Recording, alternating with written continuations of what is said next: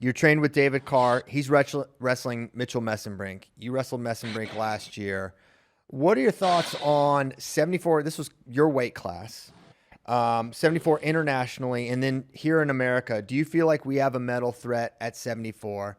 And kind of a follow up, just your thoughts on the Mitchell Carr rematch post the U.S. Open. 74 is hard out in the world, man. I'm just thinking of Rasidan and Valiev and Zamalov and and Sidakov and Yeah. all these guys, Salkazanov and all these. It's so deep. It's so deep. So like I would like to say yes, right? I mean, we took put a lot of merit into what David was able to do at the night in America in Iowa when he beat Takatani's Olympic silver. But I don't think any of us expected him to be an Olympic silver going into the Olympics, right? So if Takatani never won another medal, I don't think that would surprise any of us. But he performed properly on that day, and David has been putting himself in position, right? He's had some great international success. He's already a world champion. But in some of the ranking tournaments he's gone to, he's competed at a really high level. Um, I think it was the what's the name of the tournament in Kazakhstan? The Don Kanaev. Kanaev. Kanaev. Look, you guys, you don't know international wrestling. Look at you guys. Yeah. Come on, Kozak. Kozak Yeah. knows. The Don Kanaev, he won, but then I believe at his most recent ranking tournament, he lost to Sakazanov. I think it was like 3-0. Hmm. Now Sakazanov's hard to wrestle, and he's hard to score on, and he's really physical with his hands. Now you see, right? There's a correlation between Sakazanov style and Mitch Mesenbrink style. Relentless pressure, effort. That seems like it's been kind of David's kryptonite a little bit in his career. But what we were trying to work on while he was here is learning how not to always just be elusive. You have to learn not to only be elusive, but to deflect pressure, to withstand it, to hold your ground, and then also give some back. Be flowy with your movement, be like water, and be rhythmic, but also there's going to be times where you have to stand in the pocket to fight. Right? We likened it to a quarterback. Tom Brady's got a great offensive line. The second he steps outside of the pocket, he opens himself up to all sorts of danger on those hash marks. But if he stays in the pocket, even when it's breaking down, even when it's difficult and there's a lot of noise around you, it gives him the clarity he needs to be able to hit that pinpoint precision pass to one of his wide receivers later in the game. And so the same thing for him. If he's only trying to evade and be elusive, you can't slow Mitch Messenbrink down for 6 minutes and expect to beat him. Right? You've got to be able to score in bunches, which he did early, take down a turn, but then you also have to hold up. If you go cat and mouse shootout, chances are you're going to get tired before he does. He's got a supernatural gas tank. Seriously, Yeah. like a supernatural gas.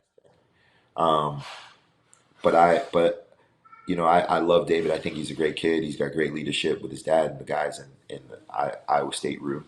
So I think this matchup is a lot closer than people expect. Things got out of hand at the U.S. Open. He was undisciplined with his defense a few times. He should have given up a push out or maybe even a 2 point takedown. He ended up giving up four instead. But god dang, Mitch Messenbrink is good, bro.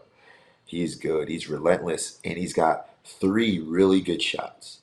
Right? He's got lefty collar, inside knee pick or knee pull single.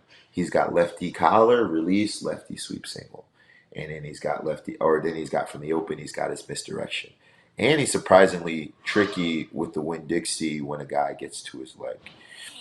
I think the for this matchup is both of these guys. I believe in the future will be medalists. I'd also be interested to see PJ Duke 3 years at Penn State, what he looks like in Hmm. 2028. Right, I think Yeah. he's going to be a formidable opponent for all those guys in the future as well. But I like Mitch. I think he is one of the few guys I watched. There was a particular moment. I can't remember the timestamp, but there was a particular moment in the match against David Carr where there was a scramble and both guys went out of bounds, and he was so tired.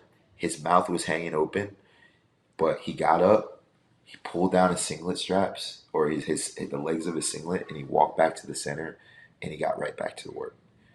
And I've never really seen anyone like that. Right? There's very few people who are willing to push through that threshold of pain and continue to keep wrestling and keep firing off shots. And it's so daunting a task for their opponent that he's just very difficult mentally to. I mean, you guys remember like a prime Brent Metcalf or even a Hassan Yazdani, right? Mm-hmm. Pace is difficult to withstand, and people haven't been able to be sharp enough to hold up, right? I think our most recent example is probably Bo Bassett. Bo Bassett got to Luke Stanage, and all of a sudden, a guy or Brock Hardy, guy who's a little bit more sharp, a little bit more crisp with their technique, was able to kind of pick him off in certain points. But I haven't seen anyone be able to slow Mitch and then expose him in positions. Not only is he high pace, high motor, but he also is a very, very good wrestler. Very clean with his finishes. He's like a dog on a bone. Dude's good, man. Yeah. Dude's good. I don't know. I don't know, but I'm excited to watch. That's for sure. I cannot wait either. We're going to be starting the show. We'll be starting Final X with that match. That is the first match of Final X.